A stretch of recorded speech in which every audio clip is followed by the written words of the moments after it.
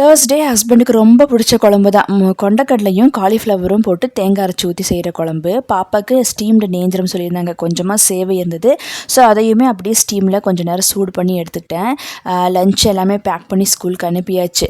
எங்கள் 2 பேர்த்துக்கும் பிரேக்ஃபாஸ்ட்டுக்கு ஓட்ஸ் தான் செஞ்சுருந்தேன். ஹஸ்பண்டுக்கு உப்பு போட்டு சாப்பிடுவார். நான் வந்து நாட்டு சர்க்கரையும் பாலும் ஊற்றி சாப்பிடுவேன். ஒவ்வொருத்தவங்களுக்கும் ஒவ்வொரு டேஸ்ட்டு. அப்படியே கையோட நெய்யும் காய்ச்சிடலான்னு சொல்லிட்டு அந்த பாத்திரத்துலேருந்து எடுக்கவே முடியல. கத்தியில் உடச்சி எப்படியோ சேர்த்தாச்சு. இந்த வெண்ணெய் எடுக்கிறது தான் பெரிய ப்ராசஸ். அந்த நெய் காய்ச்சது ரொம்ப சிம்பிள். வெண்ணெயிலேருந்து நெய்யாக மாறுற ஸ்டேஜில் 2 கல் போட்டால் நல்லா மணமாக இருக்கும்னு சொல்லிட்டு நேற்று ரீல்ஸில் பார்த்தேன். நான் அது கூட கொஞ்சமாக முருங்கைக்கீரையும் சேர்த்துக்கிட்டேன். நேற்று இந்த குதிரைவாளி அரிசி கழுவி காய போட்டிருந்தேன்ல, அந்த லட்டு வந்து நான் இன்றைக்கி தான் வந்து செஞ்சேன். நேற்று டைமே இல்லாதனால. லட்டு உண்மையிலேயே சூப்பர் டேஸ்ட்டாக இருந்தது. மகிழ்னி கிச்சனுக்கு வந்து எடுத்து சாப்பிட்டுக்கிட்டே இருந்தா. இந்த ரெசிபி வீடியோ கண்டிப்பாக நம்ம சேனலில் நாளைக்கு அப்லோட் பண்ணுறேன். செக் அவுட் பண்ணிவிட்டு உங்கள் வீட்டு குட்டீஸ்க்கு செஞ்சு கொடுங்க.